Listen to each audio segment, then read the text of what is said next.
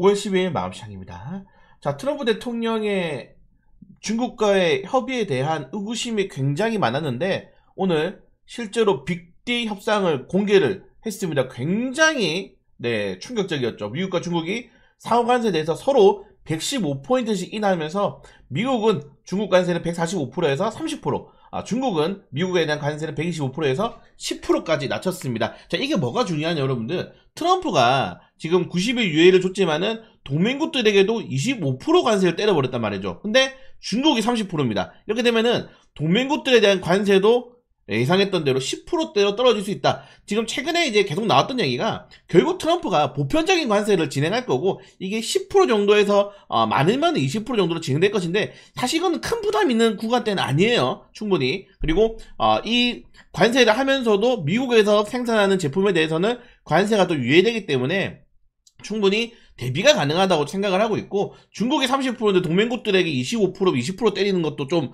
말이 안 되는 거지 않습니까? 그래서 더 낮은 관세를 좀 기대할 수 있다라고 생각이 되면서 오늘 아시아 증시, 국내 증시 다 반등에 성공을 했습니다. 사실 오전장에 이제 대선 정책주를 제외하고는 그렇게 강세 모습이 나오지 않았어요. 오늘 조선주가 사고를 쳤지 않습니까? 하나오션에서 구축했던 신형 호위함 8척에 대해서 중대결함이 발생했다라는 이슈가 나오게 되면서 조선 방산주들이 좀 조정이 나왔고, 여기에 우크라이나 러시아가 대면 협상, 인도 파키스탄의 임시휴전 하게 되면서 이 방산에 대한 리스크가 많이 날아가 버렸어요. 재료들이. 그러면서 조방화 관련 테마주들은 조정이 나왔고, 그 대신에 관세 협상으로 해서 반도체 자동차가 급등이 나왔습니다. 야, 그러니까 맛있는 구간되긴 했어. 항상 이제 여러분 생각하면은 최악의 이제 뉴스가 나올 때 원래 사야 되는 게 맞는데 사실 손은 잘 안 나가죠. 근데 역시나 이번에도 정말 최악의 뉴스 때 협상 완화 카드가 이루어지게 되면서 오늘 전체적으로 시장에 반등을 크게 불러일으켰다. 트럼프 대통령이 지금 최근에 주식 사라고 계속 말하지 않았습니까?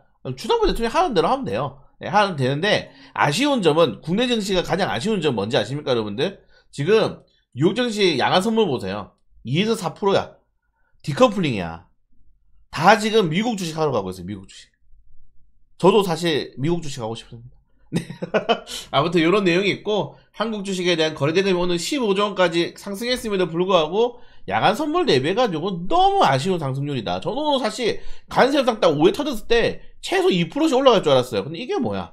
네, 근데 그럴 이유가 또 있죠. 아까 말씀드린 것처럼 코스피는 조방화 관련 테마주들이 조정이 나왔고, 코스닥은 바이오, 제약바이오 종목들, 트럼프 대통령이 약값에 대해서 최대 80% 이상 인하할 것이라는 전망이 나오면서 우리 코스닥 상위 종목들의 대부분이 제약바이오지 않습니까? 제약바이오주들은 좀 크게 조정이 나오면서 지수에 충격을 얻었다. 다만 이런 이 지수의 우리가 흔히 말하는 순환매는 조금 더 진행이 된다면은 다시 한 번 더 주도주가 형성이 될 겁니다. 네, 그래서 저 같은 경우에는 국내 증시에 대한 상승 모멘텀은 좀 여전하지 않을까. 제가 어제가 아니죠. 제가 이번 주에 좀 이 시황을 올려드리면서 뭘 말씀드렸냐면은, 트럼프가 지금 주식을 매수할 때다. 그리고 저는 이제 잘하면 대대상승까지 기대할 수 있는 구간대가 나온다고 말씀드렸는데, 이렇게 되면 진짜 대대상승 나올 수 있습니다. 특히 오늘 이 ADR 지표, 상승 종목, 하락 종목들을 백분율로 기간별로 나눈 값인데, 지금 ADR 지표가 보시는 것처럼 거의 2년 내 최고점 구간까지 돌파했어요. 네, 최고점. 근데 지금 보시는 것처럼 주도주가 없이 돌파했다는 게 굉장히 중요하거든요. 그리고 아직 삼성전자랑 현대차, 기아 이런 종목들이 바닥이에요. 완전 바닥이기 때문에 여기서 수급만 조금만 더 받쳐주면서 외국인들만 들어와 준다면은 진짜 대대상승 한번 노려볼 수 있지 않을까. 특히 우리나라 같은 경우에는 또 대선이 있지 않습니까? 대선에 대한 기대감들, 그리고 대선이 이후에 대통령이 선출되고 나면은 모건 스탠리에서 잠깐 발표했죠. 한국은 3분기 안으로 최소 30조 원 이상의 추경을 한번 더 할 것이다. 그래서 추가적으로 시장에 돈이 풀리기 때문에 주식시장에서는 나쁘지 않은 이슈들이 계속 나오고 있습니다. 사실 국내 내부적인 모멘텀은 없었는데, 사실 오늘 주식 오는 것도 악재가 해소돼서 오른 거잖아요. 호재로 올라간 건 없어요. 근데 호재들이 생기고 있는 겁니다. 그래서 이 대선 이후에 시장에 대한 모멘텀들을 조금 더 잘 확인해 보면 될 것 같고, 그래서 대형주 저점 종목들 공략을 하는 것도 나쁘지 않지만은, 일단 6월달까지는 그래도 대선주 위주로 한번 공략을 하면서 지수 판량 나올 수 있는지 체크해 보도록 하겠습니다. 자, 오늘 괜찮았죠. 네, 거래대금이 10조 원을 돌파하지 못했지만은 삼성전자, SK하이닉스의 외국 투자자들의 매수 물량이 좀 들어오게 되면서 시장에 나쁘지 않은 흐름 이어나갔다는 점들 굉장히 중요하고, 다만 하나에어스페이스, 현대중공업, 하나오션은 조정이 나왔습니다. 관세 수요주였기 때문에 관세가 협의되자마자 바로 크게 조정이 나왔다는 점들 체크하시면 될 거고, 오늘 그리고 아까 말씀드린 것처럼 해군 호위함에 대해서 결함이 또 발생했기 때문에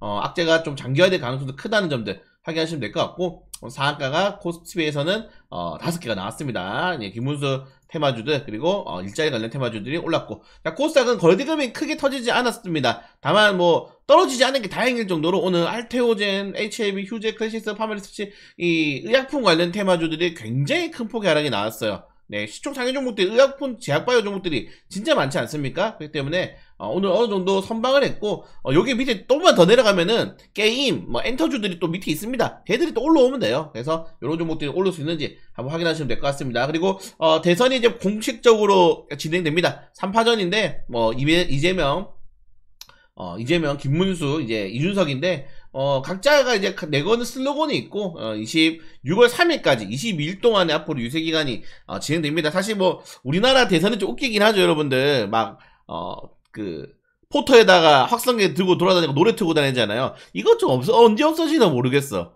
네, 이것 좀 없어졌으면 좋겠다. 우리나라도 사실은 대선 토론 뭐, 유세보다는 TV 토론 해가지고, 대선 토론을 좀 많이 했으면 좋겠는데, 이런 것도 좀 안 했습니다. 지금 보시는 것처럼, TV 토론이 3번밖에 안 해요. 3번밖에. 아쉽죠, 여러분들. 많이 해야지, 조금 더, 본인의 사상이라든가, 정책에 대해서 설파할 수 있는데, 좀 아쉽다. TV 토론 더 많았으면 좋겠습니다, 개인적으로는. 그래서, 6월 3일까지 있다는 점도 확인하시면 될 것 같고, 오늘도 코스닥은 상한가가 많이 나왔습니다. 제가 요새 좀 여러분들에게 아까도 압박을 받는 게, 우리 가진 주식들이 이제 터질까 말까 약간 고민하는 주식들이 많죠? 네, 근데 사실 제가 말씀드린 UID 빼고는 굉장히 다 괜찮다라고 말씀드렸는데, 제가 걱정되는 게 나머지 종목들이, 그리고 우리가 좀 살까 말까 한 종목들이 너무 많이 올라가 버리니까 이제 좀 이제 배가 아픈 거죠. 내가 사지 못한 주식들이 많이 올라간 것에 대해서, 그리고 내가 살 만한 주식들이 좀 부진한 거에 대해 샀던 주식들이, 그래서 저도 빨리 리밸런스 해야 되는데, 정말 최고의 종목을 찾기 위해서 조금 더 보고 있습니다. 네, 그래서 기다려달라. 네, 얘네들도 그냥 사고 싶지. 근데 막 갭 상승 때려서 올라가거나 거래대금 막 10조 원, 죄송합니다. 거래대금 막 10억, 20억으로 상한가를 만들어버리는 애들이 많아가지고, 약간 좀 무섭습니다. 그래서, 좀 좋은 종목들 잘 잡아볼 수 있도록 할 테니까 기다려주시고요. 자, 그리고 오늘 반도체 관련 테마주도, 최근에 뭐 디램 반도체 가격이 상승했는데, 여기에 관세 협상까지 불거지게 되면서, 특히 오늘 한미 반도체, 네, 많이 올랐습니다. 아직 한미 반도체 관련해서는 좀 루머가 있다는 말씀드렸는데, 그 중에 한미 반도체가 중국에 대한 이 본딩, 의 수출이 막힐 수 있다는 우려가 있었는데, 이번에 관세 협상이 되면서 그런 리스크가 사라져버렸어요. 네, 그래서 SK하이닉스가 아니라도 우리 팔 때 많아. 특히 창신 반도체랑 붙어버리면은, 이거는 더 오히려 좋은 호재가 될 수 있지 않을까. 한미 반도체 같은 경우에는 마이크론, 지금 창신 반도체랑 연결되고 있습니다. 미국이랑 중국이랑. 그래서 이번에 SK를 떠나서 또 다른 기업들이랑 어떻게 될 건지도 보면 좋을 것 같고, 개인적으로는 좀 안 가는 게 좋을 것 같은데, 뭐 워낙에 둘이 가지고 사이가 안 좋다고 하죠. 자, 삼성전자 5% 상승. 여러분들, 제가 삼성전자 언제 사야 된다? 외국인 비중 50% 떨어지면 사면 된다. 지금 50% 밑이에요. 계속 매수 타이밍이었어. 그것도 급등하지 않습니까? 여러분, 삼성전자는 무조건 외국인 비중 50% 밑에 떨어지면은 오릅니다. 네, 늘 그래왔어요, 역사적으로. 네, 늘 그래왔다는 점들 체크하시면 될 것 같고, 자, 시간 내에서는 뭐 정체적인 테마주는 크게 움직이지 않았지만은 이제 동반적으로 움직일 수 있는 테마주, 오늘 일자리, 저출산 관련 테마주들이 좀 많이 움직인 것을 본다면은, 이제 앞으로, 그리고, 시간에 다니까는 사실 이제 의미가 없죠, 여러분들.